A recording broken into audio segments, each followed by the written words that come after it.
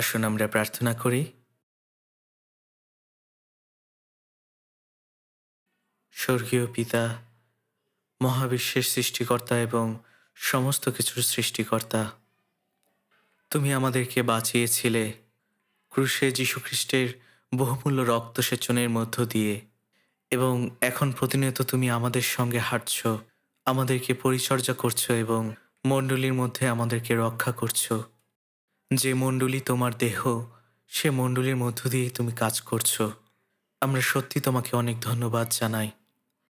আমাদের প্রত্যেকে তুমি উপহার দিয়েছ, তালন্ত দিয়েছ, যেন আমরা তোমার কাজে পরিচর্যা করতে পারি। এবং এই সপ্তাহে কজু শহরে শরৎ রিট্রিট হয়েছিল। পিতা, যে হারানো আত্মাগুলো পরিত্রাণ পেয়েছিল, তাদেরকে তুমি সাহায্য করো, পরিচালনা দান করো, যেন তাদের মধ্য দিয়ে ধীরে ধীরে সেখানে তোমার মণ্ডলী গঠিত হয়। এবং এই সকালে আমাদের আকাঙ্ক্ষা এটাই যে তোমার বাক্য নিয়ে স্টাডি করার। তাই পিতা, পবিত্র আত্মা দিয়ে সেই সমস্ত হৃদয়গুলোকে ধরে রাখো, যারা তোমার বাক্য থেকে শুনবে এবং তোমার বাক্য থেকে প্রচার করবে, এবং আমাদেরকে তোমার বাক্যের মধ্য দিয়ে পরিচালনা দান করো। এই সমস্ত প্রার্থনা প্রভু খ্রিস্টের নামে চাই, আমেন। আসুন আমরা বাইবেল খুলি। দ্বিতীয় করিন্থীয় ৮ অধ্যায়, দ্বিতীয় করিন্থীয় ৮ অধ্যায় ১ পদ থেকে ৫ পদ। দ্বিতীয় করিন্থীয় ৮ অধ্যায় ১ পদ থেকে ৫ পদ।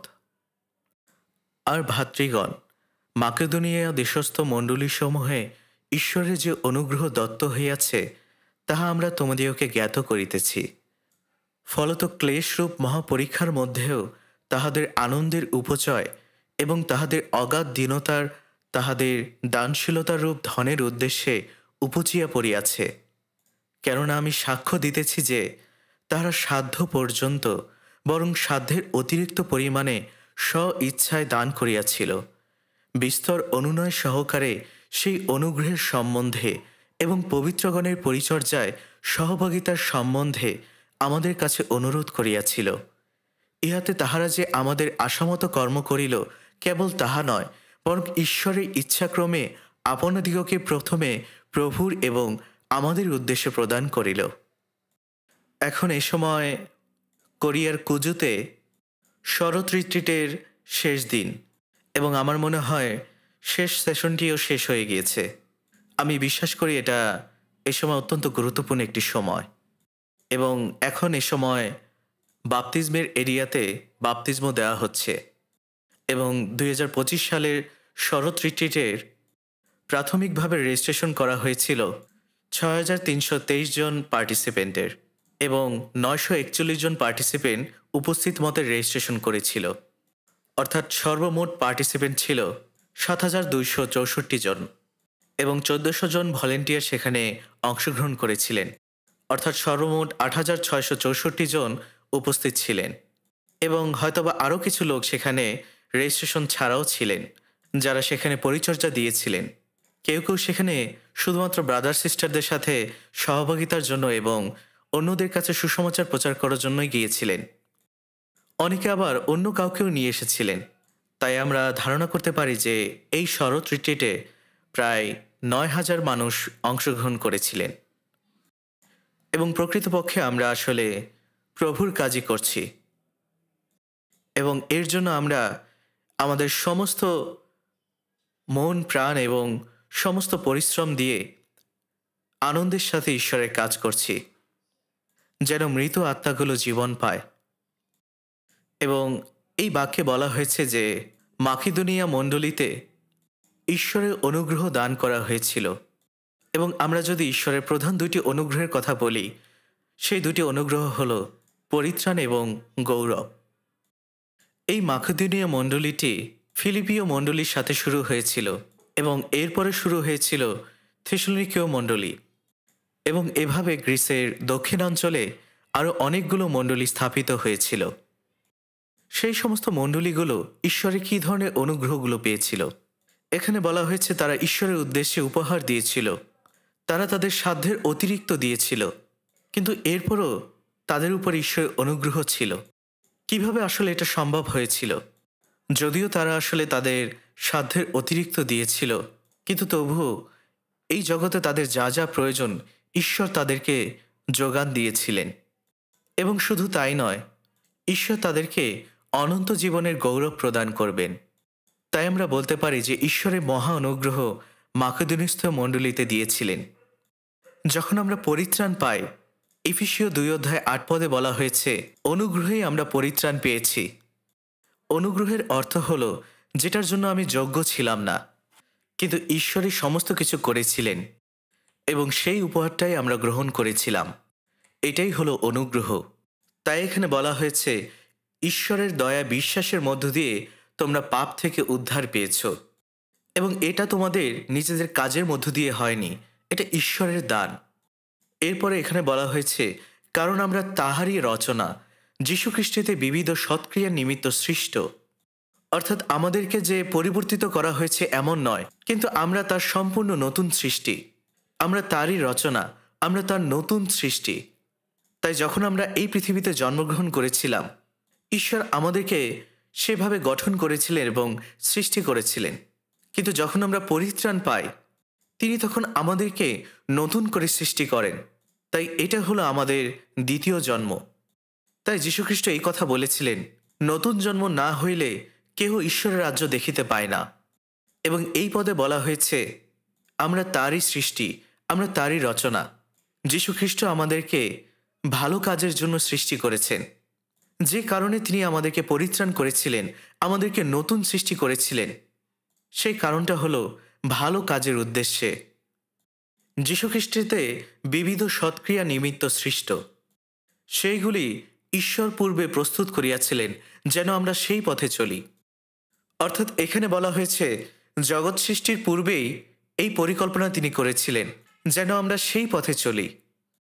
এই কারণেই আমরা পরিত্রাণ পেয়েছি, যেন আমরা সৎ কাজ করি এবং তার পথে চলি। এই বিষয়টি আসলে এখানে বলা হয়েছে। তাই ঈশ্বর আমাদেরকে পরিত্রাণ করেছিলেন এবং আমাদেরকে ধৌত করেছিলেন, পরিষ্কৃত করেছিলেন তার রাজ্যের বিশেষ মানুষ করার জন্য, যেন আমরা তার সৎ কাজের জন্য উদ্যোগী হই। যেটা আমরা পূর্বের নির্ধারিত বাক্যে পড়েছিলাম যে দাউদ এই কথা বলছিলেন যে তিনি যে মন্দিরটি তৈরি করছিলেন সেটা আসলে আমাদের জন্য নয়, কিন্তু ঈশ্বরের। অর্থাৎ এই মণ্ডলীটি হলো ঈশ্বরের মন্দির, এটি আসলে আমাদের জন্য নয়। যদিও আমরা এই চার্চে, এই মণ্ডলীতে আমরা আছি, কিন্তু মূলত আসলে এটি ঈশ্বরের। তবু যেটা আসলে ঈশ্বরের, সেটাই একসময় আমাদের জন্য হবে। তাই এই কোনো কিছুই আমরা ঈশ্বরকে ছাড়া ধারণ করতে পারি না। এবং ঈশ্বরের সৎ কাজের জন্য আমাদেরকে নতুন করে সৃষ্টি করা হয়েছে। এবং এই সৎ কাজগুলো হলো বিশ্বাসী জীবনের 4টি প্রধান উপাদান। এবং সম্পূর্ণ বিশ্বাসী জীবনটাই হলো সৎ কাজের জন্য বেঁচে থাকা। অর্থাৎ যে কাজটি ঈশ্বরকে সন্তুষ্ট করে এবং তাকে মহিমান্বিত করে।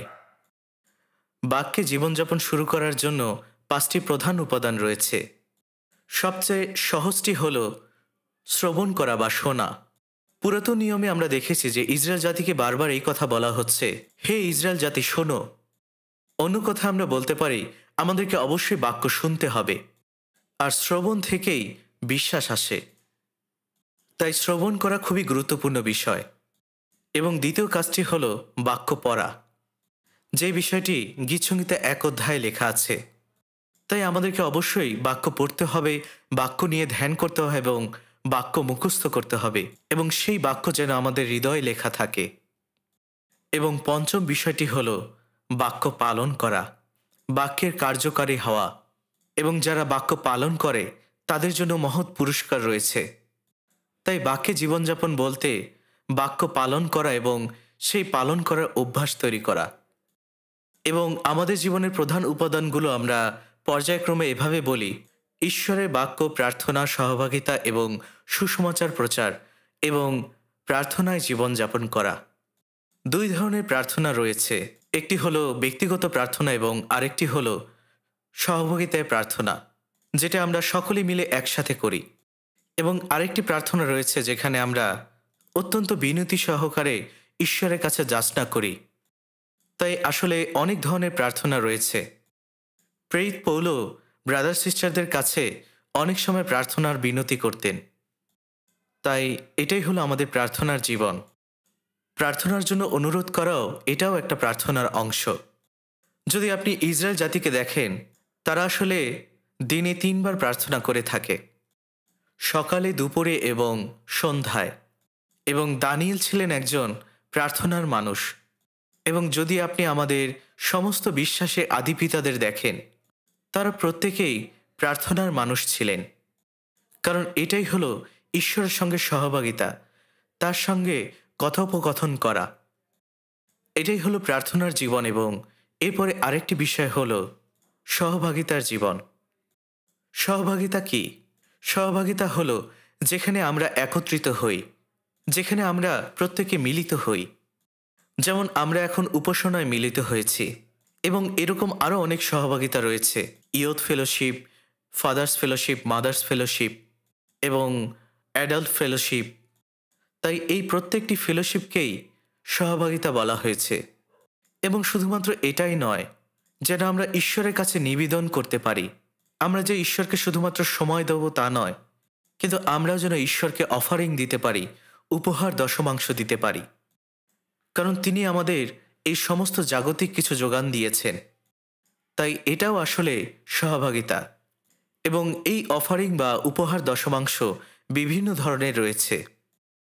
এবং এই সমস্ত কিছুই আসলে সহভাগিতার অংশ। শেষ পরে আমরা এটা বলতে পারি যে আমরা যা কিছুই করি সেটাই আসলে সহভাগিতার অংশ। কেন আমরা এখনও এই পৃথিবীতে বেঁচে আছি? যেন আমরা সুসমাচার প্রচার করতে পারি। এইবারের শনিবারের চিলড্রেন চার্চ স্কুলে একজন টিচার একজন ছাত্রকে প্রশ্ন করেছিলেন, কেন তুমি এখনও বেঁচে আছো? কি উদ্দেশ্যে তুমি এখনও বেঁচে আছো? তখন সেই ছাত্রটি উত্তর দিয়েছিল, সুসমাচার প্রচার করার জন্য বেঁচে আছি। এরপরে সেই টিচার আরেকজনকেও একই প্রশ্ন করলেন। তখন সেই ছাত্রটিও একই উত্তর দিলেন। তখন সেই টিচার প্রশ্ন করলেন, যদি তোমরা এটাই করতে চাও তাহলে কেন তোমরা পড়াশোনা করছো? তখন ছাত্রটি উত্তর দিল, আমি কঠোরভাবে পড়াশোনা করছি যেন আমি সুসমাচার প্রচার করতে পারি। আর এই কারণে আমাদেরকে অবশ্যই জাগতিক কাজেও অনেক বেশি পরিশ্রমী হতে হবে, যেন আমরা সুসমাচার প্রচার করতে পারি। এটাই হলো সুসমাচার প্রচার করার উদ্দেশ্য। আর যখন সুসমাচার প্রচার করার কাজটি সম্পূর্ণ হবে, তখন প্রভু আমাদেরকে নিতে আসবেন। তাই এই সুসমাচার প্রচার করার কাজের মধ্যে ব্যক্তিগত সুসমাচার প্রচার রয়েছে, কাউন্সিলিং এবং বাইবেল সেমিনারও রয়েছে, এমনকি রিট্রিটও রয়েছে, যেখানে আমরা অল্প সময়ের জন্য একসঙ্গে থাকি, আমরা একসঙ্গে খাই, ঘুমাই এবং সুসমাচার প্রচার করি।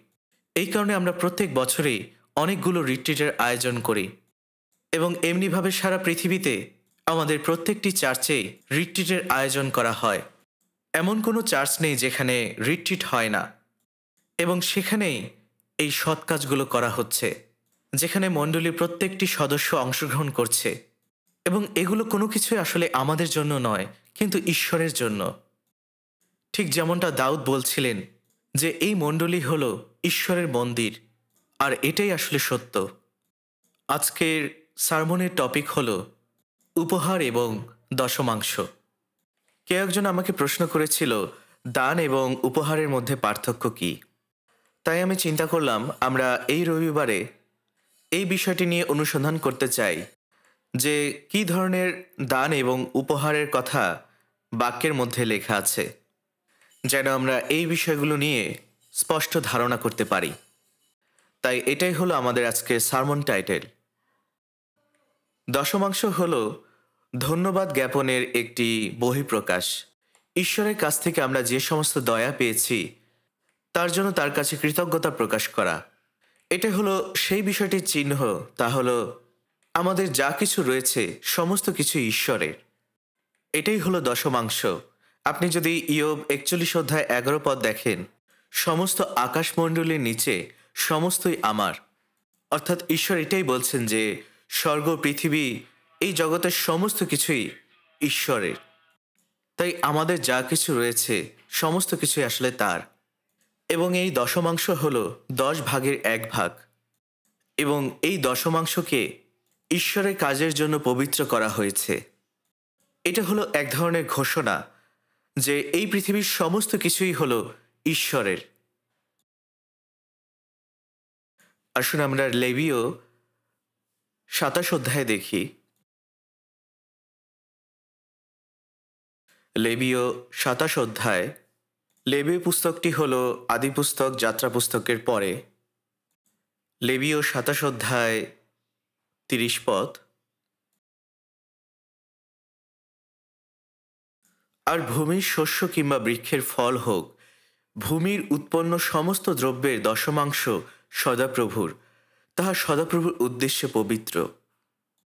এখানে বলা হয়েছে এই সমস্ত কিছুই সদাপ্রভুর উদ্দেশ্যে পবিত্র। এই পবিত্র বলতে এটাই বোঝানো হয়েছে যেটাকে আসলে সম্পূর্ণভাবে আলাদা করা হয়েছে, যেটা মানুষ কখনো স্পর্শ করতে পারবে না, যেটা সম্পূর্ণ ঈশ্বরের কাজের জন্যই ব্যবহৃত হবে, তার গৌরবের উদ্দেশ্যে ব্যবহৃত হবে। তাই এই দশমাংশ সম্পূর্ণভাবেই ঈশ্বরের। কিন্তু দশমাংশের মধ্য দিয়ে এটাই প্রকাশিত হয় যে আমরা এটাই স্বীকার করেছি এই সমস্ত কিছুই ঈশ্বরের। কারণ এটাই আসলে সত্য, যখন ঈশ্বর আকাশমণ্ডল এবং পৃথিবী সৃষ্টি করেছিলেন এবং আমাদের পরিত্রাণও, এই সমস্ত কিছুই তার। এই কারণে যিশায়া ৪৩ অধ্যায় ২৫ পদে বলা হয়েছে, আমি আমার নিজের অনুরোধে তোমার অধর্ম সকল মার্জনা করি, তোমার পাপ সকল মনে রাখিব না।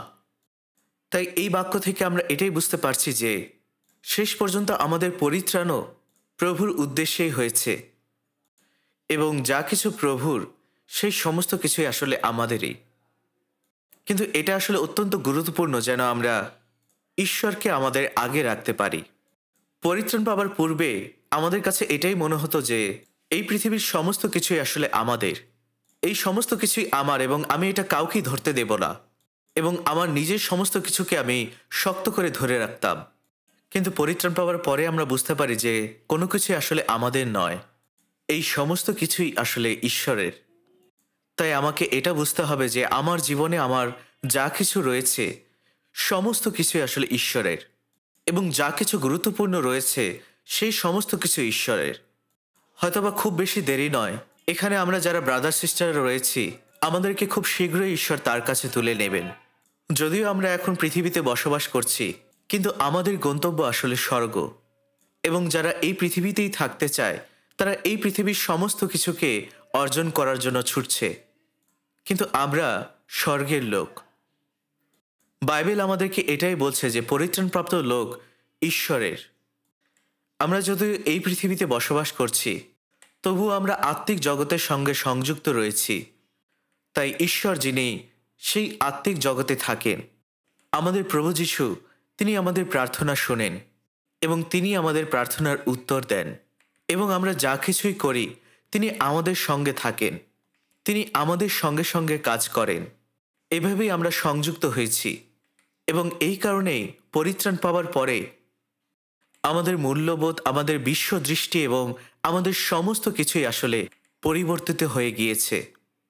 এবং এটাই হলো ঈশ্বরের কাজ, এটাই হলো তার অনুগ্রহ, এবং দশমাংশ হলো সেই অনুগ্রহের প্রতি আমাদের কৃতজ্ঞতা প্রকাশ। ঈশ্বর এই দশমাংশ গ্রহণ করেন এবং তিনি এতে সন্তুষ্ট হন, এবং এর মধ্য দিয়ে ঈশ্বর তার কার্য পরিচালনা করে থাকেন। অনেকে এটা বলে থাকে যে দশমাংশ হল পুরাতন সময়ের একটি আইন, এবং এই অনুগ্রহের যুগে আমাদেরকে আর দশমাংশ দেবার প্রয়োজন নেই। কিন্তু তারা আসলে এটা ভুলে যায় যে এই সমস্ত কিছুই আসলে ঈশ্বরের, এবং এটাই বাস্তব, এটাই সত্য।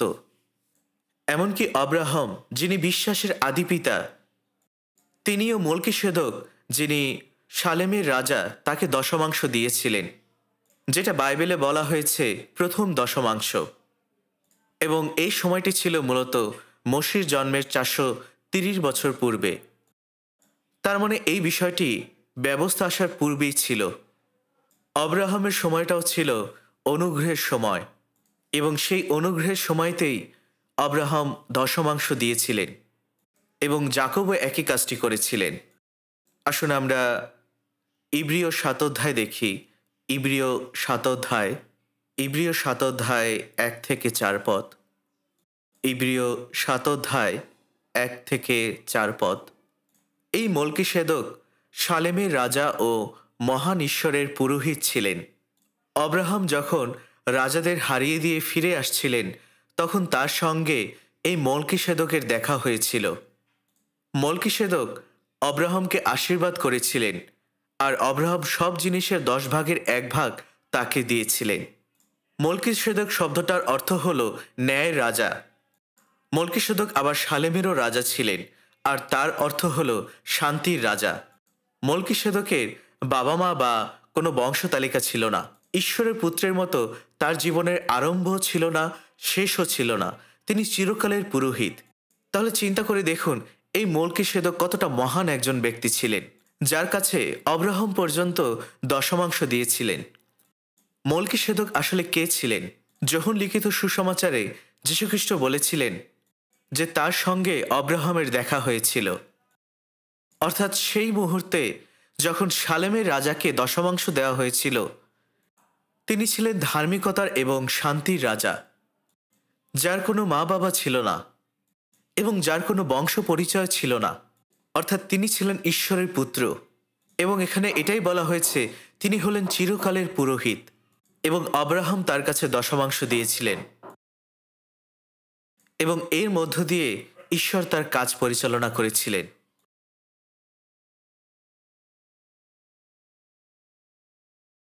তিন পদে এটাই বলা হয়েছে, ঈশ্বরের পুত্রের মতো তার জীবনের আরম্ভ ছিল না, শেষও ছিল না। তিনি চিরকালের পুরোহিত। যিশুই হলেন সেই মলকিসেদক, যার কাছে অব্রাহাম দশমাংশ দিয়েছিলেন। আসুন আমরা আদিপুস্তক 28 অধ্যায় দেখি। আদিপুস্তক 28 অধ্যায়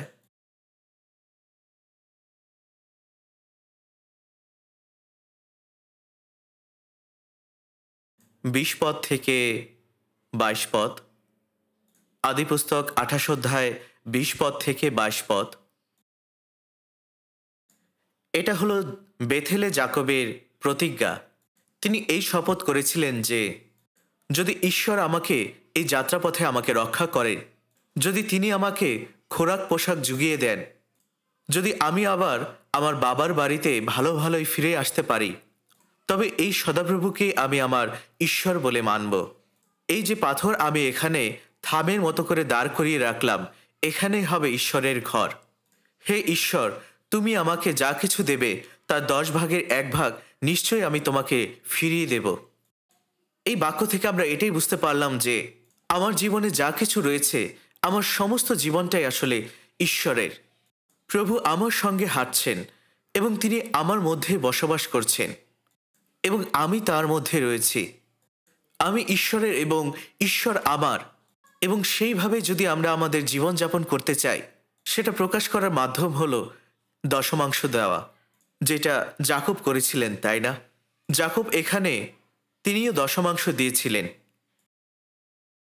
তাই আব্রাহাম যে দশমাংশ দিয়েছিলেন এবং যাকব যে দশমাংশ দেওয়ার প্রতিজ্ঞা করেছিলেন, সেটা আসলে একই ধরনের হৃদয় থেকেই। তাই আমাদের জন্য, আমরা যারা পরিত্রাণপ্রাপ্ত ব্রাদার সিস্টার রয়েছি, আমাদেরকেও একইভাবে দশমাংশ দেওয়া উচিত, যেন আমরা একই হৃদয় থেকে ঈশ্বরের অনুগ্রহ এবং আশীর্বাদের প্রতি কৃতজ্ঞতা প্রকাশ করতে পারি। তাই দশমাংশ হলো একটি চিহ্ন, যেটা প্রকাশ করে যে আমার জীবনে আমার যা কিছু রয়েছে, আমার সমস্ত কিছুই হলো ঈশ্বরের। এবং দশমাংশের মধ্য দিয়ে আমরা এই চিহ্নই প্রকাশ করছি যে আমরা এই বিষয়টিকে স্বীকার করেছি। এবং যদি আমার সমস্ত কিছুই ঈশ্বরের হয়ে থাকে, তাহলে এই বিষয়টি আমাদেরকে বুঝতে সাহায্য করবে যে যা কিছু আসলে ঈশ্বরের, সেই সমস্ত কিছু আমার। যদি একজন শিশুকে প্রশ্ন করা হয় যে এই বাড়িটি আসলে কার, সে বলবে যে এই বাড়িটি আমার, যদিও আসলে মূলত এই বাড়িটি তার অভিভাবকের। তাই যখন একজন শিশু বলে যে এই বাড়িটি আমার, এর অর্থ হলো এই বাড়িতে থেকে সে সেই বাড়ির সমস্ত কিছুকে উপভোগ করতে পারে। এই কারণেই বাক্যে বলা হয়েছে, ধন্য তাহারা যাহারা আত্মায় দীনহীন, কারণ স্বর্গরাজ্য তাদেরই। আমাদের জন্য কি স্বর্গে আলাদা আলাদা রুম রয়েছে? হ্যাঁ, অবশ্যই হয়তোবা রয়েছে, কিন্তু আমরা কি সেখানে ঘুমাবো? এবং আমরা যখন স্বর্গে যাব তখন সেটি দেখতে কেমন হবে? সেখানে চিরকালের জন্য উজ্জ্বল দিনের আলো থাকবে। এবং আমরা যদি আত্মিক দেহে রূপান্তরিত হই, আমাদের কি ঘুমের প্রয়োজন রয়েছে? হয়তোবা না, কারণ কারণ স্বর্গে আমাদের আত্মিক দেহ দেওয়া হবে এবং আমরা হয়তোবা এখন এক জায়গায় রয়েছি এবং এরপরে এক মুহূর্তের মধ্যেই আমরা অন্য জায়গায় যেতে পারবো। এটাই হলো আত্মিক দেহের বৈশিষ্ট্য। তাহলে স্বর্গের কোন অংশটি আসলে আপনার হবে? আসলে স্বর্গের সমস্ত কিছুই আমাদের হবে। স্বর্গের সমস্ত কিছুই আসলে আমাদের প্রত্যেকের, কারণ আমরা ঈশ্বরের সন্তান, স্বর্গের নাগরিক।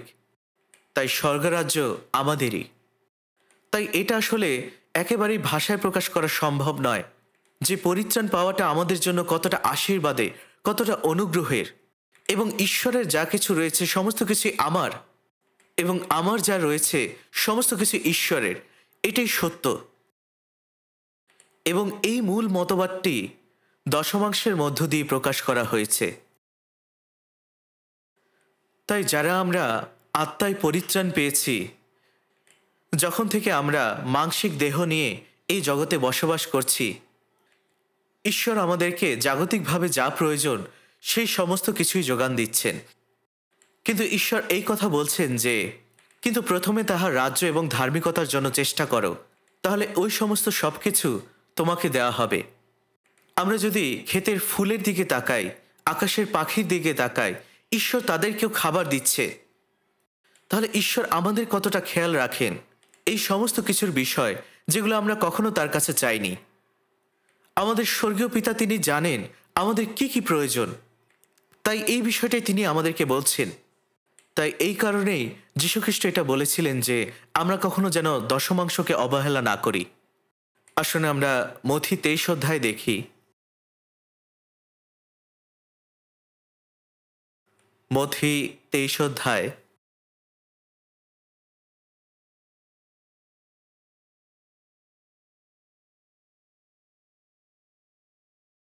23 পদ। আসুন আমরা একসাথে ধীরে ধীরে পড়ি। হা অধ্যাপক ও ফরিসিগণ, কপটিরা, ধিক তোমাদিগকে, কারণ তোমরা পুদিনা, মৌরি ও জিরার দশমাংশ দিয়ে থাকো, আর ব্যবস্থার মধ্যে গুরুতর বিষয় ন্যায় বিচার, দয়া ও বিশ্বাস পরিত্যাগ করিয়াছ। কিন্তু এই সকল পালন করা এবং ওই সকলও পরিত্যাগ না করা তোমাদের উচিত ছিল।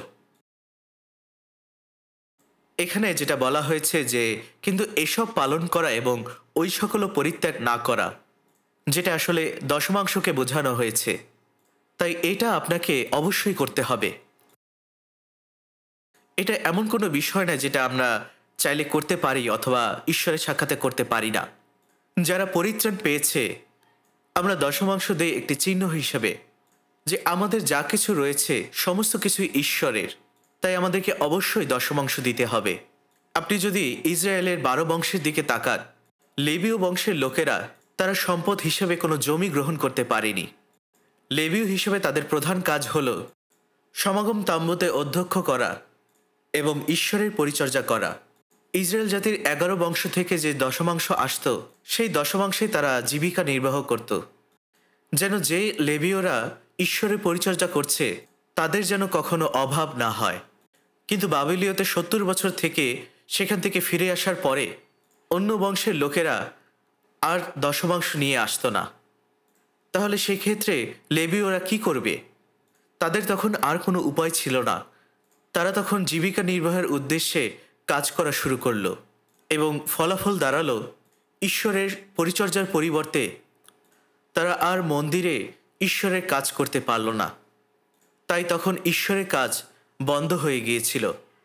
তাই তখন সেই সময় নহমীয় ভাববাদী বলেছিলেন এটা কখনোই সঠিক নয়। যেহেতু লোকেরা দশমাংশ আর দিচ্ছে না, তাই ঈশ্বরের কাজও সঠিকভাবে হচ্ছে না। আসুন আমরা নহেমীয়তে দেখি। নহেমীয় 13 অধ্যায় 10 পদ।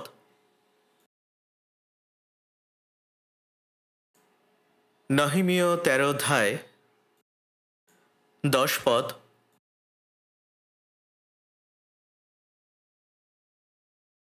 আর আমি জানিতে পাইলাম লেবীয়দের অংশ তাহাদিওকে দেওয়া হয় নাই। তজ্জন্য কর্মকারী লেবীয়েরা ও গায়কেরা পলাইয়া প্রত্যেকে আপন আপন ভূমিতে গিয়াছে। যে লেবীয়রা ঈশ্বরের কাজ করত তারা তাদের নিজেদের জায়গায় ফিরে গিয়েছে। তারা আসলে নিজেদের ভূমিতে ফিরে যেতে বাধ্য হয়েছিল, কারণ তাদের জীবিকা নির্বাহ করতে হবে। আর এই কারণে ঈশ্বরের কাজ পরিপূর্ণতা পাচ্ছিল না। তাই দশমাংশ অত্যন্ত গুরুত্বপূর্ণ বিষয় ঈশ্বরের কাজের জন্য। যারা আমরা পরিত্রাণ পেয়েছি, যেহেতু আমাদের একটি মাংসিক দেহ রয়েছে, আমাদেরকে কাজ করতে হবে এই জগতে, কিন্তু একই সাথে আমাদেরকে ঈশ্বরের কাজ করতে হবে। কিন্তু ঈশ্বরের কাজের জন্য কিছু লোক রয়েছে যারা শুধুমাত্র ঈশ্বরের কাজই করছে। আর ঈশ্বরের এই কাজগুলো করার জন্য অবশ্যই আমাদেরকে দশমাংশ দিতে হবে। এমনকি মালাখির সময়ও ইসরায়েলরা তাদের হৃদয় ঈশ্বরের কাছ থেকে দূরে সরে গিয়েছিল। তারা ঈশ্বরকে দশমাংশ এবং উপহার দিত না, এবং ঈশ্বর তাদেরকে বলেছিলেন ঈশ্বরের কাছ থেকে তারা এটা চুরি করেছে। তারা ঈশ্বরের কাছ থেকে এটা হরণ করে নিয়েছিল। তারা ঈশ্বরকে ঈশ্বরের কাজের জন্য দশমাংশ দিত না। আসুন আমরা মালাখি 3 অধ্যায় দেখি। মালাখি পুস্তক হল পুরাতন নিয়মের শেষ পুস্তক। মালাখি 3 অধ্যায়, মালাখি 3 অধ্যায় 8 থেকে 10 পদ। মালাখি 3 অধ্যায় 8 থেকে 10 পদ।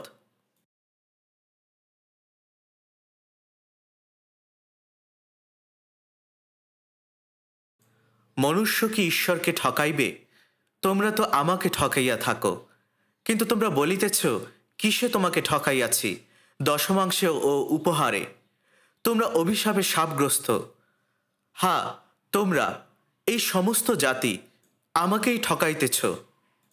তোমরা সমস্ত দশমাংশ ভাণ্ডারে আনো, যেন আমার গৃহে খাদ্য থাকে। আর তোমরা ইহাতে আমার পরীক্ষা করো। ইহা বাহিনীগণের সদাপ্রভু কহেন, আমি আকাশের দ্বার সকল মুক্ত করিয়া তোমাদের প্রতি অপরিমেয় আশীর্বাদ বর্ষণ করি কিনা।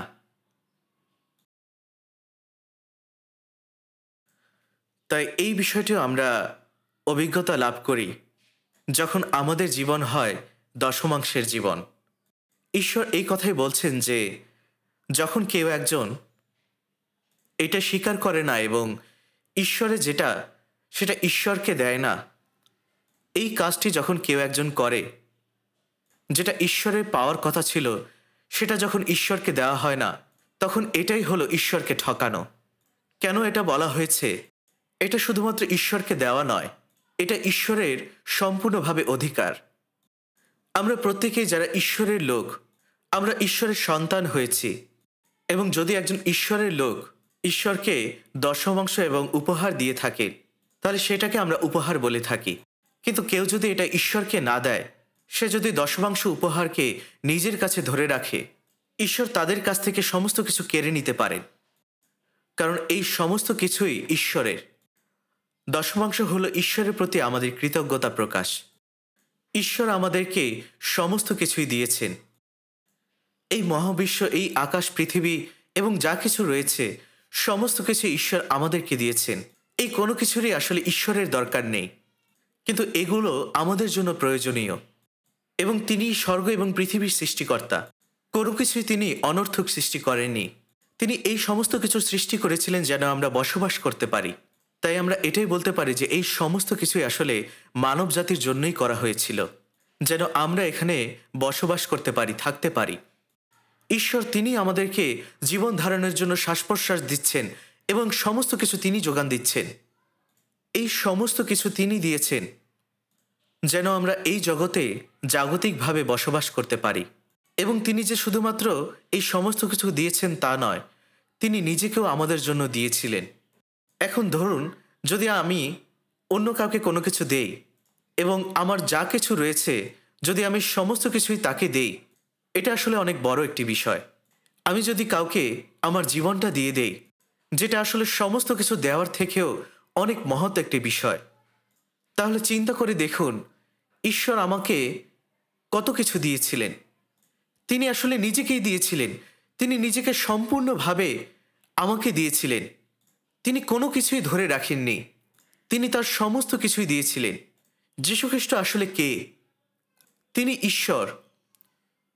ঈশ্বর আমাকে পরিত্রাণ করেছিলেন যেন আমি অনন্তকালীন স্বর্গে অনন্তকাল ধরে তার সঙ্গে থাকতে পারি। এবং শেষ পর্যন্ত এই কারণে তিনি নিজেকেই দিয়েছিলেন।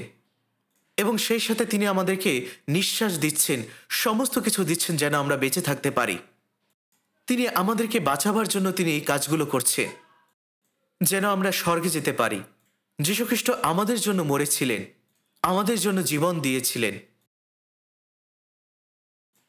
তাই ঈশ্বর আমাদেরকে বলছেন, যিনি আমাদেরকে পরিত্রাণ করেছিলেন, তাই না? তোমরা যারা এই সত্যটাকে বুঝতে পেরেছ, তোমরা আমার লোক, তোমরা আমার সন্তান। আর এই কারণে তিনি আমাদেরকে মুদ্রাঙ্কিত করেছিলেন। ঠিক যেভাবে একটি পশুকে সিল দ্বারা মুদ্রাঙ্কিত করা হয়, আমাদেরকেও একইভাবে সিল করা হয়েছে।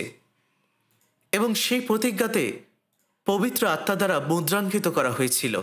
আর এই কারণে আমরা তার। আর তাই আমাদের যা কিছু রয়েছে সমস্ত কিছুই আসলে ঈশ্বরের।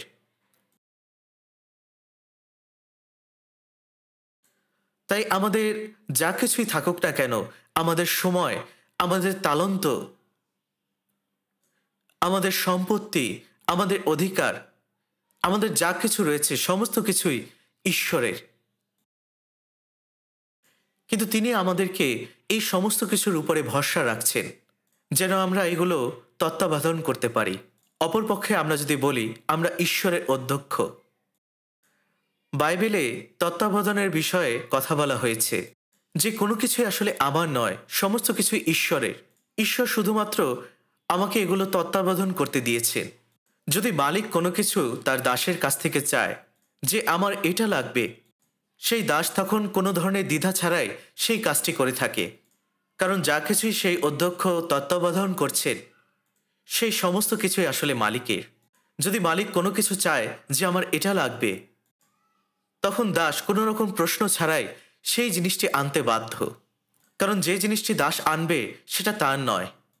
জেরুসালেমের প্রবেশ করার পূর্বে একটি গ্রামে যীশুখ্রিস্ট তার 2 জন শিষ্যকে পাঠিয়েছিলেন যে তোমরা সেখানে যাবে এবং সেখানে একটি গর্ধবিয়ে দেখতে পাবে, তার সঙ্গে একটি বাচ্চাও রয়েছে। সেই দুটো খুলে আমার কাছে নিয়ে এসো।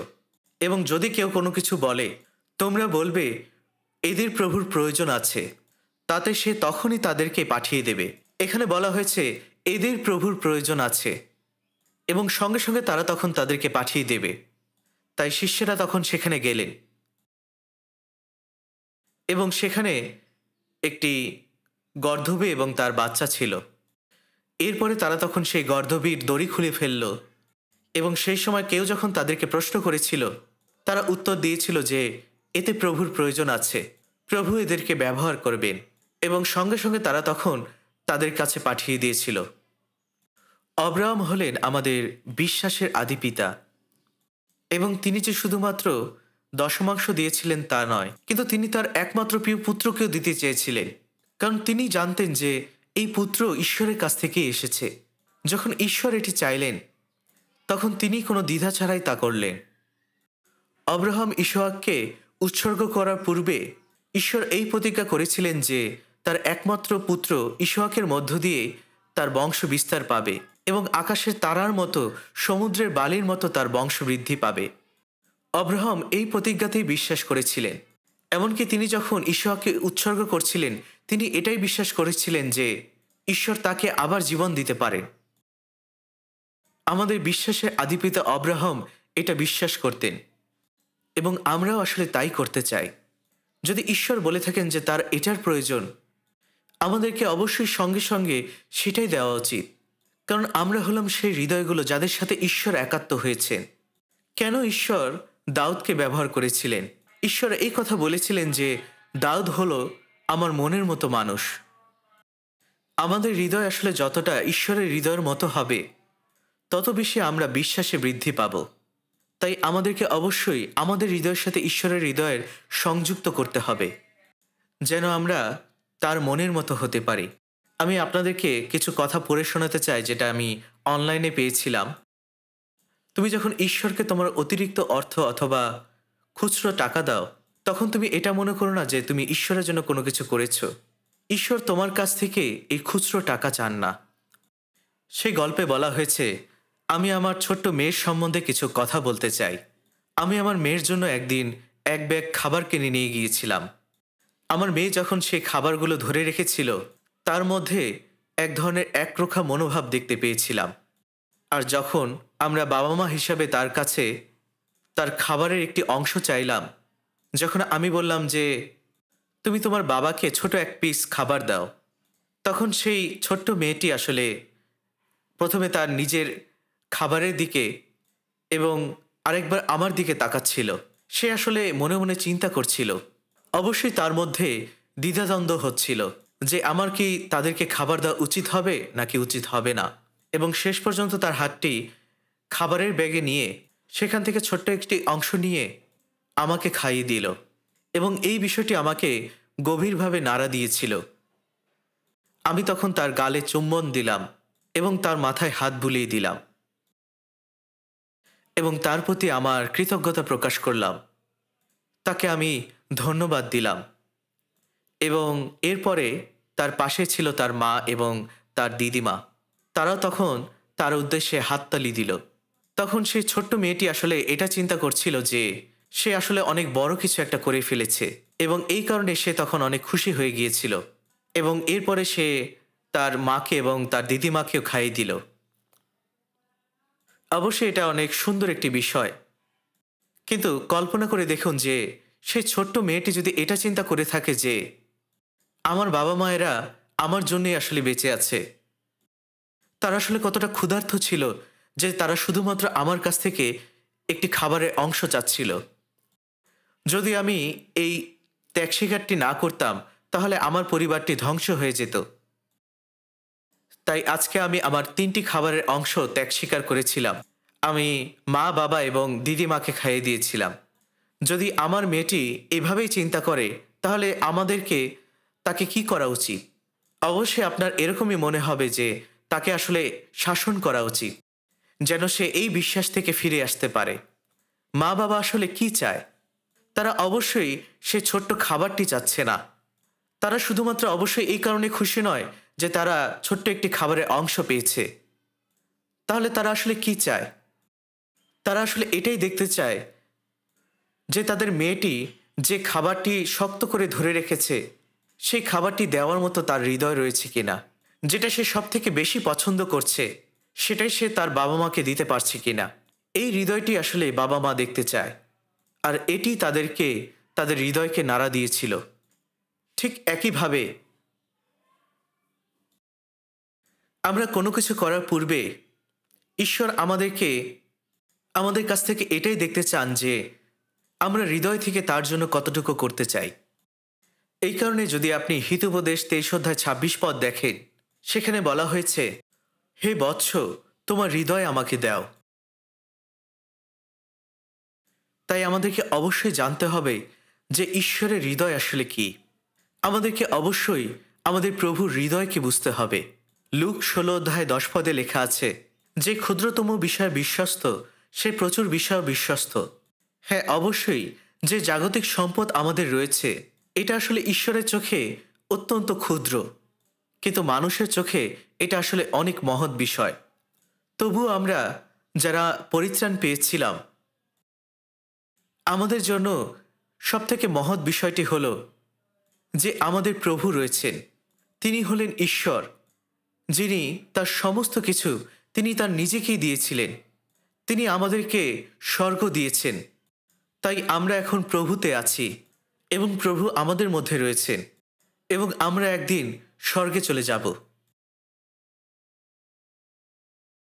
তাই যীশুখ্রিস্ট এই কথাই বলেছিলেন যে স্বর্গ আসলে এখানে নয় বা ওখানে নয়, স্বর্গরাজ্য আসলে তোমাদের মধ্যেই রয়েছে। তাই স্বর্গের সমস্ত কিছু আসলে প্রভুকে কেন্দ্র করে রয়েছে, আর সেখানেই আমরা যাব। আমরা ঈশ্বরের প্রশংসা করব, তার ধন্যবাদ দেব এবং আমরা অনন্তকালের জন্য সেই অনন্তকালীন আশীর্বাদের মধ্যে থাকব। আর ঠিক একইভাবে একই বিষয় আসলে এখানেও ঘটছে। আমরা ঈশ্বরের হৃদয়ের সঙ্গে রয়েছি, একই হৃদয় আসলে আমাদের মধ্যে রয়েছে। শুধুমাত্র একটি পার্থক্য হলো, আর তা হলো জায়গা। যেহেতু আমরা এখনো জীবিত আছি, এই মণ্ডলী হলো স্বর্গ, আর আমরা প্রভুতে রয়েছি, তাই আমরা স্বর্গে রয়েছি এবং প্রভু আমাদের মধ্যে রয়েছেন। পুরাতন নিয়মের সময় ইসরায়েলীয়রা আসলে কি দিত? প্রথমত তারা দশমাংশ দিত। যেহেতু তারা কৃষিকাজ করত, তারা অবশ্যই আমাদের মতো স্যালারি পেত না। তাই যখন বছরে একবার অথবা যখন তাদের ফসল হতো, সেটা হতে পারে ফল বা শস্য বা গম, এই সমস্ত কিছুর তারা ১০ ভাগের ১ ভাগ দিত। এভাবেই তারা দশমাংশ দিত। এই দশমাংশ তারা দিত একটি চিহ্ন হিসাবে যে আশীর্বাদ তারা ঈশ্বরের কাছ থেকে পেয়েছিল, কারণ এই সমস্ত কিছুই আসলে ঈশ্বরের। এবং এই দশমাংশ আসলে ব্যবহার করা হতো লেবীয়দের জীবিকা নির্বাহের উদ্দেশ্যে। তাহলে লেবীয় বংশের লোকেরা কি করত? তারা আসলে ঈশ্বরের সেবা করত। তারা সমাগম তাম্বুতে এবং মন্দিরে ঈশ্বরের পরিচর্যা করত। তারা ঈশ্বরের সঙ্গে মানুষের সংযুক্তির জন্য সব ধরনের বলিদান, উৎসর্গ এবং সব ধরনের মণ্ডলীর কাজ করত, এবং একই সাথে তারা ঈশ্বরের বাক্য সম্পর্কে শিক্ষা দিত। তাই এই দশমাংশ লেবীয়দের সহায়তার কাজে ব্যবহার করা হতো, যারা ঈশ্বরের কাজ করছে, এবং সেই সাথে মণ্ডলীর পরিচর্যা এবং রক্ষণাবেক্ষণের কাজেও ব্যবহার করা হতো। এবং সেই সাথে প্রত্যেক ৩ বছরে এই দশমাংশ দিয়ে সমস্ত বিধবা এবং অনাথ গরিব লোকদেরকেও সাহায্য করা হতো। এবং সেই সাথে ইসরায়েল জাতি মন্দিরের ট্যাক্সও দিত। মন্দিরের ট্যাক্সের বিষয়টি আসলে আলাদা ছিল, এবং সেটা ছিল অর্ধ শেকেল। এমনকি যীশুখ্রিস্টও মন্দিরের ট্যাক্স দিয়েছিলেন। আসুন আমরা মথি ১৭ অধ্যায় দেখি। মথি ১৭ অধ্যায় ২৪ পদ থেকে, মথি ১৭ অধ্যায় ২৪ পদ থেকে ২৭ পদ। পরে তাহারা কফরনাহমে আসিলে যাহারা কর আদায় করিত, তাহারা পিতরের নিকটে আসিয়া বলিল, তোমাদের গুরু কি কর দেন না? তিনি কহিলেন, দিয়া থাকেন। পরে তিনি গৃহমধ্যে আসিলে যীশু অগ্রেই তাহাকে কহিলেন, সিমন, তোমার কেমন বোধ হয়? পৃথিবীর রাজারা কাহাদের হইতে কর বা রাজস্ব গ্রহণ করিয়া থাকেন, কি আপন সন্তানদের হইতে, না অন্য লোক হইতে? পিতর তখন কহিলেন, অন্য লোক হইতে। তখন যীশু তাহাকে কহিলেন, তবে সন্তানেরা স্বাধীন। তথাপি আমরা যেন উহাদের বিঘ্ন না জন্মায়, এই জন্য তুমি সমুদ্রে গিয়া বড়শি ফেলো। তাহাতে প্রথমে যে মাছটি উঠিবে, সেইটি ধরিয়া তাহার মুখ খুলিলে একটি টাকা পাইবে। সেইটি লইয়া আমার এবং তোমার নিমিত্ত উহাদিওকে দাও। অর্থাৎ মাছের মুখে থেকে একটি টাকা নিয়ে যীশুখ্রিস্ট তার এবং পিতরের জন্য সেটি দিতে বলেছিলেন। তাই যীশু এভাবেই মন্দিরের ট্যাক্স দিয়েছিলেন। তাই ইসরায়েল জাতি একই সাথে দশমাংশ এবং মন্দিরের কর দিত। এবং যাত্রা পুস্তক ৩০ অধ্যায় ১৬ পদে লেখা আছে, আর তুমি ইসরায়েল সন্তানগণ হইতে সেই প্রায়শ্চিত্তের রৌপ্য লইয়া সমাগম তম্বুর কার্যের জন্য দিবে। তাই এই প্রায়শ্চিত্তের রৌপ্য হল মন্দিরের কর, যেটার মূল্য অর্ধ শেকেল।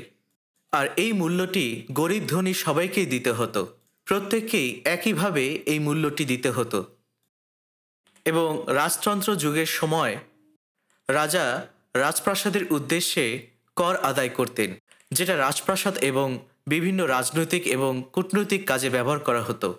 যদি আপনি বিভিন্ন ধরনের করের বিষয়গুলো দেখেন, সেখানে অনেক ধরনের কর রয়েছে, যেমন কৃষিকাজের কর, সামুদ্রিক খাবারের কর, পারিশ্রমিক কর এবং আরও অনেক কর, এবং ভূমি কর, রাজ্যের বিভিন্ন নির্মাণ কাজের কর। এই সমস্ত ধরনের কর ইসরায়েল জাতিকেই দিতে হতো।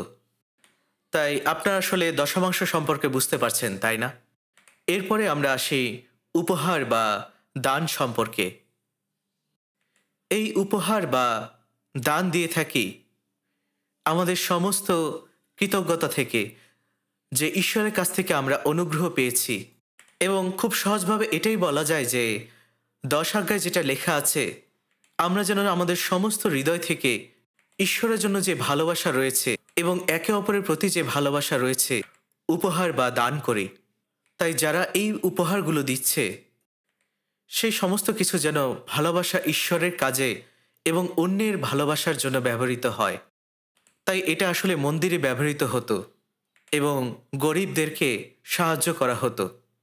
যখন যীশুখ্রিস্ট মন্দিরে ছিলেন তখন সেখানে একটি অফারিং বক্স বা উপহারের বাক্স ছিল এবং যীশু দেখতেন যে সেখানে অনেকেই আসলে উপহার রাখতেন।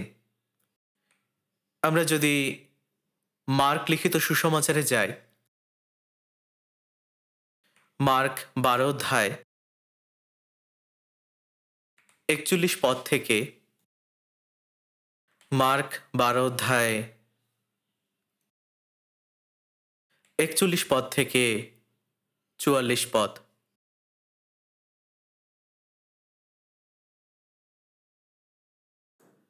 আর তিনি ভাণ্ডারের সম্মুখে বসিয়া লোকেরা ভাণ্ডারের মধ্যে কিরূপে মুদ্রা রাখিতেছে তা দেখিতেছিলেন।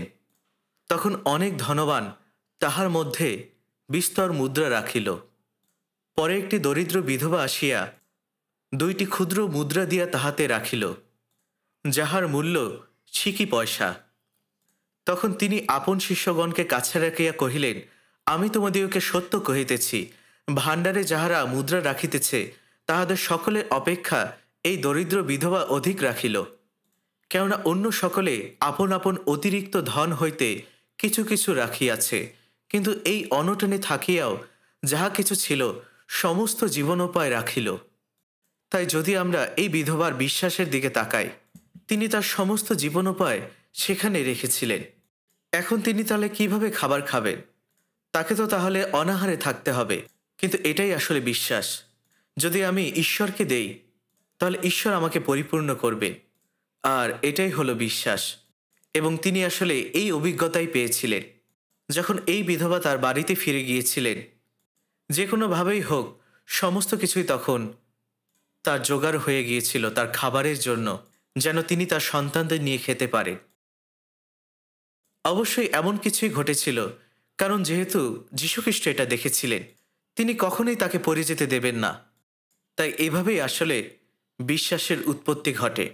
যখন আমরা উপহার দশমাংশ দেই, অবশ্যই এটা ভালোবাসার হৃদয় থেকে আসতে হবে, যে ভালোবাসা আমাদের ঈশ্বরের প্রতি এবং আমাদের প্রতিবেশীর প্রতি। যখন আমরা অন্যদেরকে দেখি যারা আমাদের থেকেও অনেক বেশি কষ্টে আছে এবং তাদের জীবন জীবিকায় অনেক জটিলতার সম্মুখীন হচ্ছে, আমাদেরকে তাদের উদ্দেশ্যে এই উপহার দান দেওয়া উচিত। সেই বিধবা নারী কতটুকু দিয়েছিলেন? এটা ছিল একটি জিউইশ কয়েন, যেটার মূল্য 1 দিনারের 28 ভাগের 1 ভাগ, যেটা আসলে বেশিরভাগ ক্ষেত্রেই জিহুদি সমাজে ব্যবহার করা হতো। এবং অন্য মুদ্রা হলো রোমান মুদ্রা, যেটার মূল্য প্রায় 1 দিনারের 64 ভাগের 1 ভাগ, এবং এটা আসলে রোমীয় সাম্রাজ্যের মধ্য দিয়ে গ্রহণ করা হতো। যদি আমরা এই 2 রৌপ্য মুদ্রাকে বর্তমান মুদ্রায় কনভার্ট করি তাহলে কি দাঁড়াবে? যদি 1 দিনারকে সারাদিনের দিনমজুর হিসেবে ধরা হয়, ধরুন যদি কেউ একদিনে $60 ইনকাম করে, তাহলে তার 64 ভাগের 1 ভাগ হবে $1। ধরুন কেউ যদি দিনে $120 ইনকাম করে, তাহলে সেটা হবে $2। তাই আমরা বলতে পারি যে এই 2 মুদ্রা বলতে এখনকার সময় প্রায় $2 বা $1 এরকমটাই হয়তোবা হতে পারে। তাই এটাই আসলে তার সমস্ত কিছু ছিল। আর এই উপহারটি সেই বিধবা নারীটি দিয়েছিল, আর ঈশ্বর তখন এর জন্য তার প্রশংসা করেছিলেন। তাই ঈশ্বর আমাদের হৃদয়কে দেখেন এবং তিনি আমাদের প্রত্যেকের অবস্থা জানেন। প্রভু সেই বিধবা নারীর হৃদয় দেখেছিলেন এবং তার অবস্থা জানতেন, আর এই কারণে তিনি তার প্রশংসা করেছিলেন। যারা ধনী তারা অনেক দিয়েছিল কারণ তাদের প্রচুর ছিল। এটা যদিও ভালো বিষয়, কিন্তু এটা তারা তাদের অতিরিক্ত থেকেই দিয়েছিল। তাই যীশুখ্রিস্ট এই কথা বলেছিলেন যে এই দরিদ্র বিধবাটি অন্য সকলের থেকেও বেশি দিয়েছিল। আমি বিশ্বাস করি যে আমাদের ক্ষেত্রেও একই বিষয়। যখন আমরা উপহার দেই, ঈশ্বর এই উপহার দেওয়ার পিছনে যে হৃদয়টা রয়েছে সেই হৃদয়কে তিনি গ্রহণ করেন। মনে রাখবেন, এই হৃদয়টি ঈশ্বর আমাদেরকে দিয়েছেন এবং সেই হৃদয় নিয়ে যেন আমরা দেই যখন আমরা উপহার দশমাংশ দেই। এবং প্রেরিতদের মণ্ডলীর দিকে যদি আমরা দেখি, পবিত্রগণদের সাহায্য করার উদ্দেশ্যে সেই উপহার দশমাংশ ব্যবহার করা হতো। সেটা ঈশ্বরের মন্দির অথবা প্রয়তিক মণ্ডলীতে একইভাবে করা হতো। পরিত্রাণপ্রাপ্ত ব্রাদার সিস্টার হিসেবে যখন তারা একত্রিত হতো এবং প্রেরিতদেরকে বিভিন্ন মিশন জার্নির জন্য পাঠানো হতো, আর এই কারণে তারা তখন উপহার সংগ্রহ করতেন। তারা তাদের মিশন কাজের জন্য উপহার সংগ্রহ করতেন, যেটা করা হয়েছিল বিশেষভাবে মাকেদোনিয়া এবং ফিলিপীয় মণ্ডলীগুলোতে। তারা মিশন কাজের জন্য মুক্ত হস্তে দান করতেন, যেই বিষয়টি আমরা একটু আগেই পড়লাম 2 করিন্থীয় 8 অধ্যায়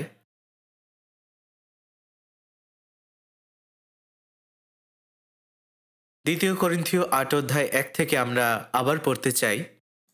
আর ভাতৃগণ, মাকিদোনিয়া দেশস্থ মণ্ডলীসমূহে ঈশ্বরের যে অনুগ্রহ দত্ত হইয়াছে তাহা আমরা তোমাদিওকে জ্ঞাত করিতেছি। ফলত ক্লেশরূপ মহাপরীক্ষার মধ্যেও তাহাদের আনন্দের উপচয় এবং তাহাদের অগাধ দীনতা তাহাদের দানশীলতারূপ ধনের উদ্দেশ্যে উপচিয়া পড়িয়াছে। এখানে বলা হয়েছে তারা অনেক কষ্ট ভোগ করার মধ্য দিয়ে, মহাপরীক্ষার মধ্য দিয়ে যাচ্ছিল, এবং যদিও তারা অনেক গরিব ছিল তবু তাদের মনে অনেক আনন্দ ছিল। এই মহা আনন্দ হল পরিত্রাণের আনন্দ। এই অগাধ দীনতা বলতে কি বোঝানো হয়েছে? এর অর্থ হলো আপনি এর পরে কি খাবেন সেটা নিয়ে চিন্তা করা। এরপর এখানে লেখা আছে তবুও তাদের মধ্যে অনেক আনন্দ ছিল। 3 পদে লেখা আছে, কেননা আমি সাক্ষ্য দিতেছি যে তাহারা সাধ্য পর্যন্ত বরং সাধ্যের অতিরিক্ত পরিমাণে স্ব ইচ্ছায় দান করিয়াছিল। বিস্তর অনুনয় সহকারে সেই অনুগ্রহের সম্বন্ধে এবং পবিত্রগণের পরিচর্যায় সহভাগিতার সম্বন্ধে আমাদের কাছে অনুরোধ করিয়াছিল। তাই এই দান বা উপহার ছিল এক ধরনের, বলা যায়, রিলিফ ফান্ড। তাই সেই সময় আসলে অনেক লোকেরই এই দান বা রিলিফের প্রয়োজন ছিল। যদিও আমরা আসলে এখন বর্তমানে এই দান শব্দটি খুব কমই ব্যবহার করি, আমরা এর পরিবর্তে বলে থাকি উপহার। আসলে এই উপহার বলতে কি বোঝানো হয়েছে? উপহার হলো এটাই যে অনুগ্রহ আমরা ঈশ্বরের কাছ থেকে পেয়েছি, সেই অনুগ্রহে বিশ্বাস এবং কৃতজ্ঞতা স্বরূপ ঈশ্বরকে সেই অর্থ দেওয়া, এটাই হলো আসলে উপহার। প্রথম উপহার হলো বাধ্যতা, ঈশ্বরকে সেটা দেওয়া যেটা তার রয়েছে। এই কারণে বাইবেলে বলা হয়েছে বাধ্যতা ত্যাগ স্বীকারের থেকেও উত্তম, কারণ সমস্ত কিছুই আসলে ঈশ্বরের। তাই যে হৃদয়টি যখন ঈশ্বর কোনো কিছু চান সেই সমস্ত কিছুই দিতে চায়, এটাই হলো সত্যিকারের উপহারের হৃদয়। আসুন আমরা প্রথম বংশাবলী 29 অধ্যায় দেখি, যেটা আমরা পূর্বে পড়েছিলাম। প্রথম বংশাবলী 29 অধ্যায় 11 পদ থেকে। প্রথম বংশাবলী 29 অধ্যায় 11 পদ থেকে 17 পদ। আমরা এরপরে আরও কিছু পদ দেখতে চাই। হে সদাপ্রভু, মহত্ব, পরাক্রম, গৌরব, জয় ও প্রতাপ তোমারই, কেননা স্বর্গে ও পৃথিবীতে যাহা কিছু আছে সকলই তোমার। হে সদাপ্রভু, রাজ্য তোমারই, এবং তুমি সকলের উপরে কর্তৃত্ব করিতেছ। তোমারই হস্তে বল ও পরাক্রম, এবং তোমারই হস্তে সকলকে মহত্ব ও শক্তি দেবার অধিকার। আর এখন হে আমাদের ঈশ্বর, আমরা তোমার স্তব করিতেছি, তোমার গৌরবান্বিত নামের প্রশংসা করিতেছি। কিন্তু আমি কে? আমার প্রজারাই বা কে? যে আমরা এই প্রকারের ইচ্ছাপূর্বক দান করিতে সমর্থ হই, সমস্তই তো তোমা হইতে আইসে, এবং তোমার হস্ত হইতে যাহা পাইয়াছি তাহাই তোমাকে দিলাম। কেননা আমাদের সমস্ত পিতৃপুরুষ যেমন ছিলেন, তেমনি আমরাও তোমার সম্মুখে বিদেশী ও প্রবাসী, পৃথিবীতে আমাদের আয়ু ছায়া সদৃশ ও আশাবিহীন। হে আমাদের ঈশ্বর সদাপ্রভু, তোমার পবিত্র নামের উদ্দেশ্যে এক গৃহ নির্মাণ করিবার জন্য আমরা এই যে দ্রব্যরাশির আয়োজন করিয়াছি, এই সকল তোমার হস্ত হইতে আসিয়াছে এবং সকলই তোমার। আর আমি জানি, হে আমার ঈশ্বর, তুমি অন্তঃকরণের পরীক্ষা করিয়া থাকো ও তুমি সরলতার প্রসন্ন। আমি আপন অন্তঃকরণের সরলতায় ইচ্ছাপূর্বক এই সকল দ্রব্য দিলাম, এবং এখন এই স্থানে সমাগত তোমার প্রজাদিগকেও আনন্দ সহকারে তোমার উদ্দেশ্যে ইচ্ছাপূর্বক দান করিতে দেখিলাম। তাই প্রথমে ঈশ্বরকে অবশ্যই আমাদের হৃদয়কে দিতে হবে, এবং খুশি মনে অন্তরের সততায় তাই ঈশ্বরকে দিতে হবে।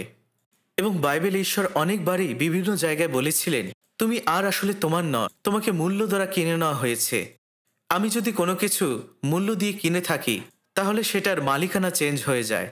ঠিক একইভাবে আমাদের মালিকানা হলো ঈশ্বরের কাছে ট্রান্সফার করা হয়েছে, যেটা প্রেরিত 20 অধ্যায়ে লেখা আছে যে ঈশ্বরের মণ্ডলীকে যীশুখ্রিস্টের বহুমূল্য রক্ত দ্বারা কিনে নেওয়া হয়েছে। এই কারণে ঈশ্বর তার নিজের জীবনকে দিয়েছিলেন আমাদের ব্রাদার সিস্টারদের জন্য। তাই এই মণ্ডলী, এই চার্চ ঈশ্বরের, আর এটাই হলো পরম সত্য। যে সময় প্রভু যীশু খ্রিস্ট তার বহুমূল্য রক্ত ক্রুশে ঝরিয়েছিলেন এবং পাপের মূল্য পরিশোধ করেছিলেন, ঠিক সেই সময় আমি তার হয়েছি। এবং এরকমটাই অনেকে বলে থাকে যে আমি আমার মার নই, আমি আমার বাবারও না, এমনকি আমি আমারও না। তাহলে আমি আসলে কে? আমি আসলে ঈশ্বরের। আমার জাগতিক এবং আত্মিক সমস্ত কিছুই ঈশ্বরের।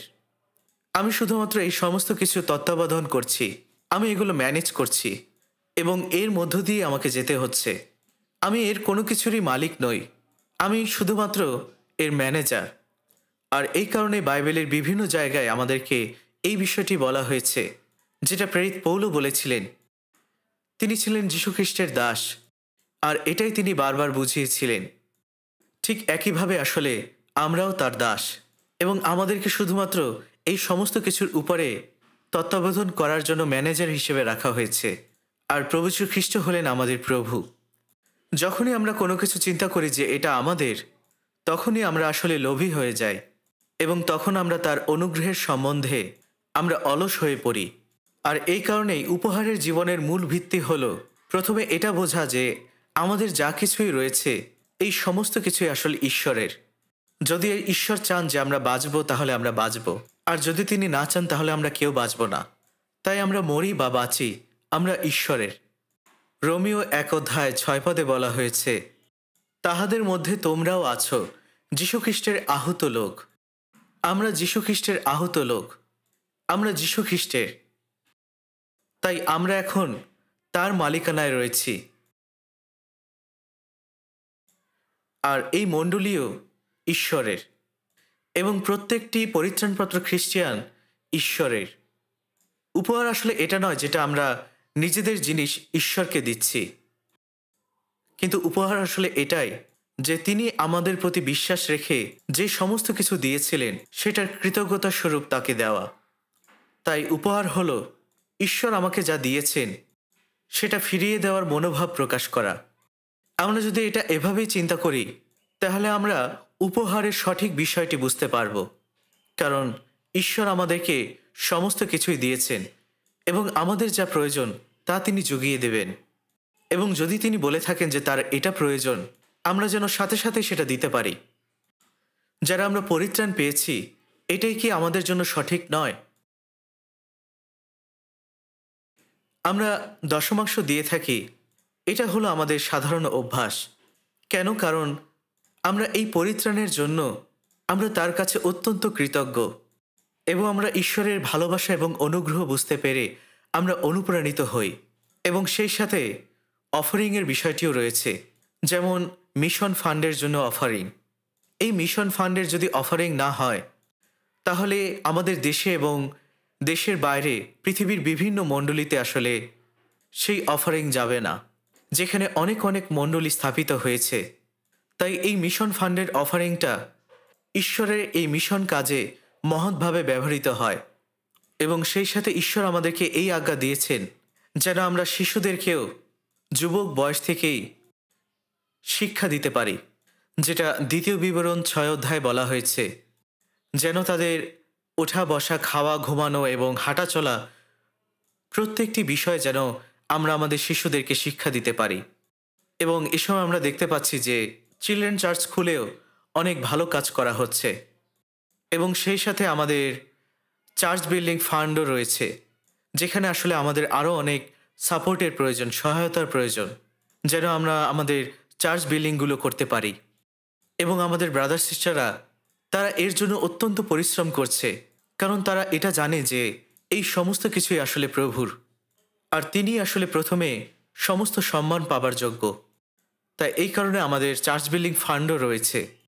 আর আমাদের এই সিওল চার্চ, যেটা আসলে সমস্ত দেশের চার্চগুলোকে সাপোর্ট করছে, যখন অন্য মণ্ডলীগুলোতে তারা যখন বিভিন্ন ধরনের সংকটের সম্মুখীন হয়, তখন আমরা তাদেরকে উপহার দেই।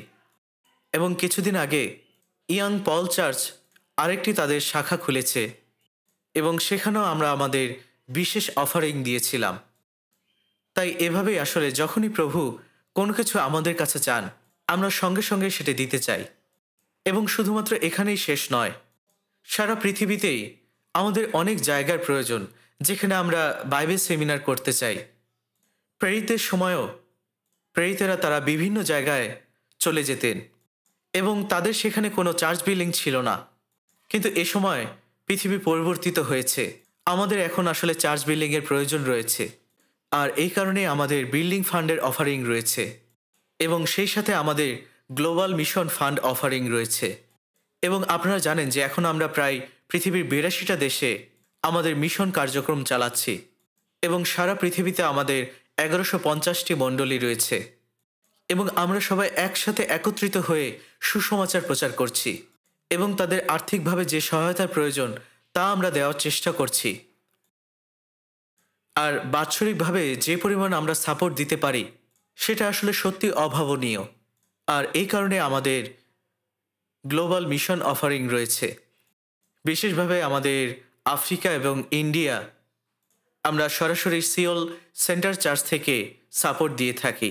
আমাদের সিওল সেন্টার চার্চ আফ্রিকার চার্চগুলো এবং ইন্ডিয়ার চার্চগুলো আমরা সাপোর্ট দিয়ে থাকি। যদিও আমরা সেখানে আফ্রিকা এবং ইন্ডিয়াতে মিশনারি পাঠাই না, কিন্তু আমরা সেখানে আর্থিকভাবে সহায়তা দিয়ে থাকি। এবং আফ্রিকা মহাদেশে প্রায় 38টি দেশে সুসমাচার প্রচারিত হয়েছে, এবং সেখানে প্রায় 536টি চার্চ স্থাপন করা হয়েছে, এবং সেখানে প্রায় 25,000 মানুষ পরিত্রাণ পেয়েছে। এবং এত পরিমাণ মানুষ প্রভুর দিনে তারা মিলিত হয়। চিন্তা করে দেখুন, 25,000 মানুষ একটি স্টেডিয়ামে রয়েছে। এই সংখ্যাটা আসলে অনেক বেশি, এবং এই পরিমাণ সংখ্যায় এসেছে কারণ সিওল চার্চ থেকে মিশন ফান্ড দেওয়া হয়েছিল। যদিও আমরা আসলে সরাসরি টাকা দেই না, কিন্তু আমরা তাদের জন্য ল্যাপটপ, প্রজেক্টর এবং আরও অনেক উপকরণ কিনে থাকি, যেন সেখানে সুসমাচার প্রচারিত হয়। এবং সেখানে এই কারণেই অসংখ্য মানুষ পরিত্রাণ পাচ্ছে। এবং আমাদের সুসমাচার প্রচার করার পদ্ধতিটি অন্যান্য মণ্ডলীগুলো থেকে সম্পূর্ণ আলাদা। আমরা আমাদের সেশনগুলোতে বাইবেলের বাক্য এবং ছবি ভিডিও দেখিয়ে থাকি, এবং আফ্রিকার লোকেরা তারা এটিকে অনেক বিশেষভাবে দেখছে। এটি আসলে তাদেরকে মনোযোগ দিতে অনেক সাহায্য করে, এবং হয়তোবা এই কারণেই সেখানে অনেক মানুষ পরিত্রাণ পাচ্ছে। তাই আসলে আমরা জানলাম যে অনেক ধরনের অফারিং রয়েছে। আর যখন নিস্তার পর্বের সময় হয়, যেটা যাত্রাপুস্তক 23 অধ্যায় বলা হয়েছে, যেন তারা তারিশূন্য রুটি ভোজন করে। এই নিস্তার পর্বের সাথে তারিশূন্য রুটির একটি সংযোগ রয়েছে। এটা হলো পরিত্রাণ পাবার পরে বিশ্বাসী জীবনের প্রতীক, এবং আমাদেরকে বলা হয়েছে যেন আমরা এই প্রভুর ভোজটি পালন করি। তাই এখানে বলা হয়েছে যখন তুমি এই মন্দিরে প্রবেশ করবে তখন তুমি খালি হাতে আসবে না। আর এই কারণেই যাত্রাপুস্তক 23 অধ্যায় 15 পদে বলা হয়েছে, আর কেহ রিক্ত হস্তে আমার নিকটে উপস্থিত না হোক। অর্থাৎ আমরা যেন ঈশ্বরের সামনে শূন্য হাতে না দাঁড়াই, এমনকি যদিও সেটা অনেক ক্ষুদ্র পরিমাণ হোক, যেটা সেই বিধবা নারীর মতো 2টি রৌপ্য মুদ্রা। এটা আসলে খুবই গুরুত্বপূর্ণ যেন আমরা প্রভুর দিনে আমরা এই উপহার দিই। কেন আমরা দিতে চাই? কারণ এই অফারিং বা উপহার হলো বিশ্বাসের সঙ্গে হেঁটে চলা। যে বিশ্বাস হলো এটাই যে আমাদের সমস্ত চিন্তা এবং দুশ্চিন্তা সব কিছুই আমরা প্রভুর উপরে রাখছি, তার উপরেই আমরা নির্ভরশীল। আর এটাই হলো বাধ্যতার হৃদয়, যেটা বিশ্বাসের মধ্য দিয়ে এসেছে। এই কাজটি প্রমাণ করে যে আমাদের বিশ্বাস আসলে সত্যি নাকি মিথ্যা। মনে রাখবেন, সত্যিকারের বিশ্বাস আসে কাজ থেকে। তাই আমাদের অবশ্যই আমাদের সমস্ত কিছুর জন্য ঈশ্বরের উপরেই নির্ভরশীল হতে হবে। আপনি যদি 3 যোহন দেখেন, সেখানে বলা হয়েছে, প্রিয়তম, প্রার্থনা করি যেমন তোমার প্রাণ কুশল প্রাপ্ত, সর্ববিষয়ে তুমি তেমনই কুশল প্রাপ্ত ও সুস্থ থাকো। পরিত্রাণ পাবার পরে ঈশ্বর আমাদের জীবনের দায়িত্ব নেন। যদি আপনি গীতসংহিতা পুস্তকে দেখেন, ঈশ্বর পশু পাখিদের খাদ্য যোগান।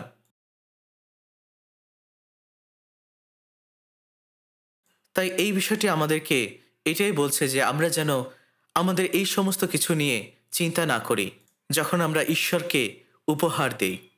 এবং এটা শুধুমাত্র আমাদের হৃদয় থেকে নয়, কিন্তু আমাদের অবশ্যই এই উপহার দিতে হবে আমাদের কাজের মধ্য দিয়ে, যেটা আমরা আমাদের বিশ্বাসের মধ্য দিয়ে প্রকাশ করি।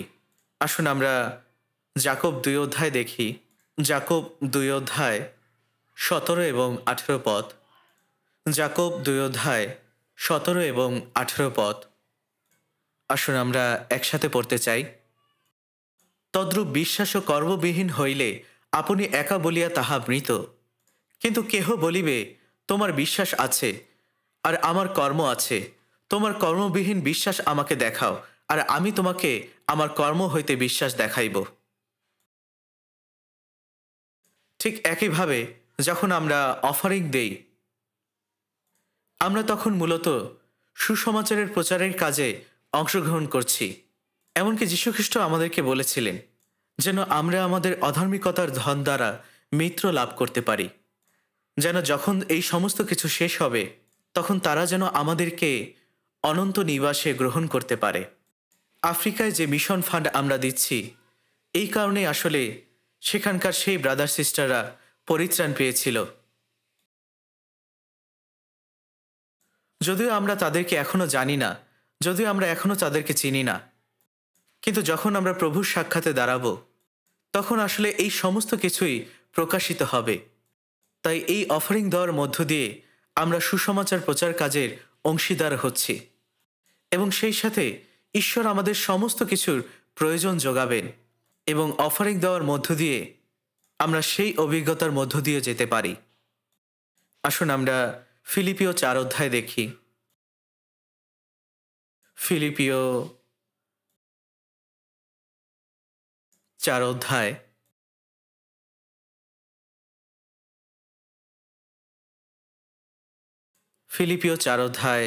18 পদ, 18 পদ থেকে 19 পদ। ফিলিপিও 4 অধ্যায় 18 পদ থেকে 19 পদ। আসুন আমরা একসাথে পড়ি। আমার সকলই আছে, বরঞ্চ উপচিয়া পড়িতেছে। আমি তোমাদের হইতে ইপাফ্রোদিতের হাতে যাহা যাহা পাইয়াছি তাহাতে পরিপূর্ণ হইয়াছি, তাহা সৌরভস্বরূপ ঈশ্বরের প্রীতিজনক গ্রাহ্য বলি। আর আমার ঈশ্বর গৌরবে যীশুখ্রিস্টতে স্থিত আপন ধন অনুসারে তোমাদের সমস্ত প্রয়োজনীয় উপকার পরিপূর্ণরূপে সাধন করিবেন। তাই যখন একজনের অফারিং সম্বন্ধে পরীক্ষা সিদ্ধ করা হয় তখন ঈশ্বর তাকে সেই পরিমাণে ফিরিয়ে দেবেন যেটা তিনি দিয়েছিলেন। তাই এই অফারিংয়ের মধ্য দিয়ে আমরা আমাদের জীবনে ঈশ্বরের যে প্রতিজ্ঞা তিনি করেছিলেন সেই প্রতিজ্ঞার বাস্তবায়ন আমরা দেখতে পারি, কারণ ঈশ্বর জীবন্ত আর এটাই হলো সত্য।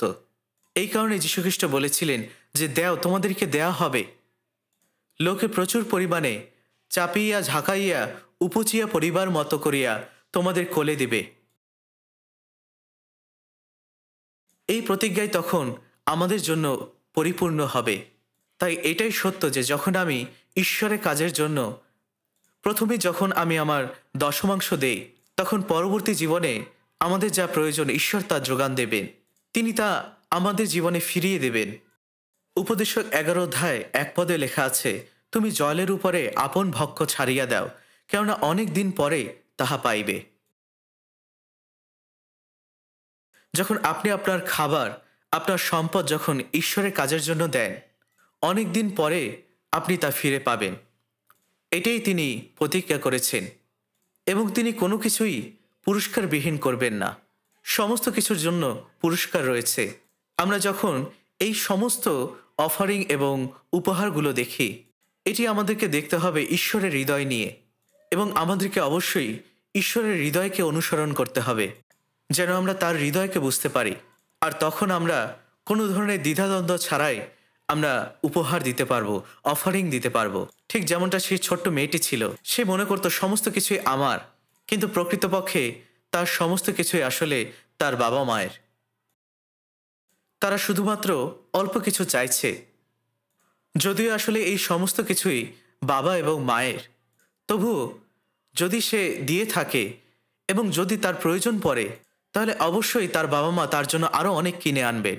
কিন্তু সেই ছোট্ট মেয়েটি যদি বলে, না এটা আমার, তুমি আমাকে দিয়েছো, এখন এটা আমার, এবং সে তখন মনে করবে এই অল্প কিছু দেওয়া মানে আসলে অপচয়, এবং তার কাছে মনে হবে আমি অনেক বড় কিছু করে ফেলেছি। আর তখন আমিও চিন্তা করি আসলে যে এমনটি কি আমিও করতে পারি।